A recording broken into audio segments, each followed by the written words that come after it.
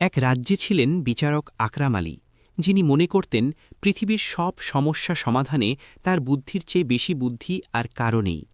তার অহংকার ভাঙার জন্য চতুর পণ্ডিত নাসির উদ্দিন একদিন তার ভোজসভায় হাজির হলেন। কাজী সাহেব নাসিরকে দেখে তাচ্ছিল্যের হাসি হেসে বললেন, ওহে নাসির, খাওয়ার লোভে এসেছ? যদি তুমি আমার একটি প্রশ্নের সঠিক উত্তর দিতে পারো তবেই তোমার খাবার জুটবে। কাজী সাহেব গম্ভীর হয়ে বললেন, আচ্ছা বলো তো, এই দুনিয়ার সবচেয়ে কঠিন কাজ কি? নাসির উদ্দিন এক মুহূর্ত চিন্তা করে বললেন, হুজুর, এই দুনিয়ার সবচেয়ে কঠিন কাজ হল যাকে মানুষ বোকা ভাবে তাকে বিচক্ষণ ও বুদ্ধিমান প্রমাণ করা। কাজী সাহেব উৎফুল্ল হয়ে বললেন, ঠিক আছে, এবার বলো, এই দুনিয়ার সবচেয়ে সহজ কাজ কি? নাসির কাজী সাহেবের চোখের দিকে তাকিয়ে মুচকি হেসে বললেন, আগে, এই দুনিয়ার সবচেয়ে সহজ কাজ হল যাকে মানুষ বিচক্ষণ ভাবে তাকে বোকা প্রমাণ করা। কাজী সাহেব একটু থমকে গেলেন। তিনি নিজেকে সামলে নিয়ে বললেন, বেশ, এবার শেষ প্রশ্ন, তুমি চালাক না বোকা তা প্রমাণ করো দেখি। নাসির শান্তভাবে হাসলেন এবং হাত জোড় করে বললেন, হুজুর, আমি চালাক না বোকা এই বিচার করার কঠিন কাজটি আপনার জন্যই রেখে দিলাম কাজী সাহেব, কারণ এটাই হলো আপনার জন্য সবচেয়ে কঠিন কাজ। কাজী আকরাম আলী বাক্যহারা।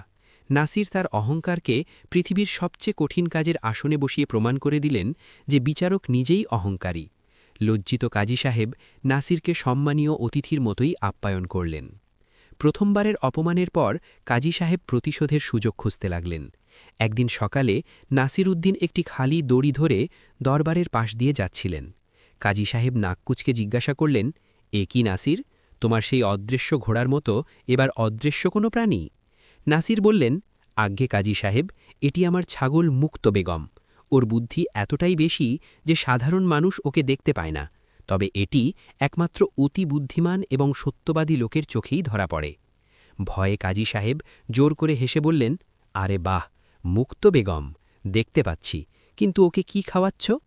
নাসির বললেন, আজ্ঞে কাজী সাহেব, এই মুক্ত বেগম শুধুমাত্র অহংকারহীন, জ্ঞানের আলোয় পুষ্ট মানুষের মনের সোনালি ঘাস খায়। কাজী সাহেব তৎক্ষণাৎ রক্ষীকে নির্দেশ দিলেন, তাড়াতাড়ি যাও, রাজবাড়ির সবচেয়ে উঁচু স্থান থেকে মুক্ত বেগমের জন্য এক আঁটি সোনালি ঘাস নিয়ে এসো। নাসির হেসে বললেন, হুজুর, আপনি বৃথা চেষ্টা করছেন। অহংকারহীনতা বাজারে বা রাজবাড়িতে পাওয়া যায় না। এই ছাগলের খাদ্য হল অহংকারের অনুপস্থিতি, আর সেই অনুপস্থিতি যোগানো অসম্ভব। আমি কেবল পরীক্ষা করতে এসেছিলাম যে আপনি আপনার অহংকার ঢাকতে কত দূর যেতে পারেন। কাজী সাহেব লজ্জায় মাথা নামালেন। নাসির প্রমাণ করলেন তার মিথ্যা অহংকার তাকে অসম্ভব জিনিসের আদেশ দিতে বাধ্য করেছে। কাজী সাহেব এবার একটি কঠিন ফাঁদ পাতলেন। একদিন তিনি দরবারে এসে হাহাকার করতে লাগলেন, হায়, আমার জীবনের সবচেয়ে মূল্যবান জিনিস বিচক্ষণতা চুরি হয়ে গেছে। কাজী সাহেব নাসিরকে ডেকে বললেন, ওহে চতুর নাসির, যে আমার বুদ্ধি চুরি করেছে তাকে কি শাস্তি দেওয়া উচিত? নাসির হাসি মুখে বললেন, হুজুর, যিনি আপনার বুদ্ধি চুরি করেছেন তাকে শাস্তি দেবার কোনো প্রয়োজন নেই, কারণ তিনি আপনার উপর সবচেয়ে বড় প্রতিশোধ নিয়েছেন। আপনার অহংকারী মনকে তিনি একদিনের জন্য হলেও ভাবতে বাধ্য করেছেন যে আপনি বুদ্ধিহীন। এর চেয়ে বড় শাস্তি আর কি হতে পারে? নাসির আরও ব্যাখ্যা করলেন, কেউ যদি সত্যি আপনার বুদ্ধি চুরি করত তবে আপনি নিজেই জানতেন না যে আপনার বুদ্ধি চুরি গেছে। আপনি জানেন, মানে আপনার কাছে এখনও যথেষ্ট বুদ্ধি অবশিষ্ট আছে, অন্তত চোর ধরার জন্য। কাজী সাহেব বুঝতে পারলেন নাসির তাকে আবার প্রমাণ করে দিলেন যে তিনি এখনও কেবল ফাঁদ কাটতে ব্যস্ত, বিচারক নন। পর্ব ৪, বোবা প্রমাণ এবং নীরবতার মূল্য। কাজী সাহেব এবার নীরবতা দিয়ে নাসিরকে জব্দ করতে চাইলেন। তিনি ঘোষণা করলেন যে একটি পুরো দিন একটিও কথা না বলে কাটাতে পারবে সেই সেরা জ্ঞানী। নাসির শর্ত মেনে নিলেন এবং বেদিতে বসে রইলেন। কাজী সাহেব নানাভাবে নাসিরকে রাগানোর চেষ্টা করলেন, এমনকি তার সামনে নাচলেনও, কিন্তু নাসির নির্বিকার। অবশেষে কাজী সাহেব বললেন, ওহে নাসির, তুমি কি বোবা হয়ে গেলে? এই সব অপমান সহ্য করছো কেন? তখন নাসির পকেট থেকে চকের টুকরো বের করে মেঝের উপর দুটি বৃত্ত আঁকলেন এবং লিখলেন, শব্দ ও নীরবতা।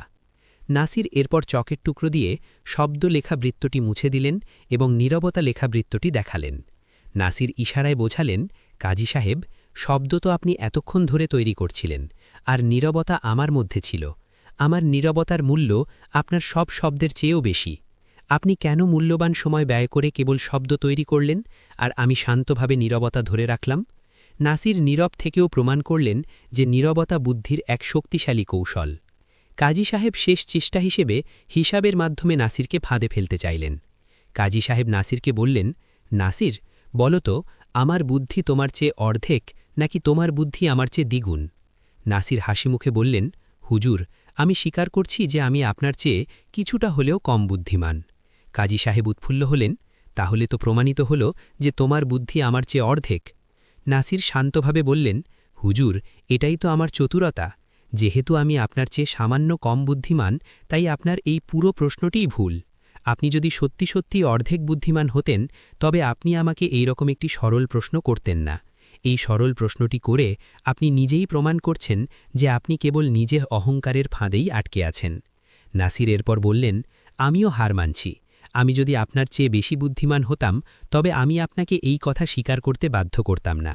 আমি কেবল আপনার ভুলগুলো শুধরে দিই, বুদ্ধি পরিমাপ করি না।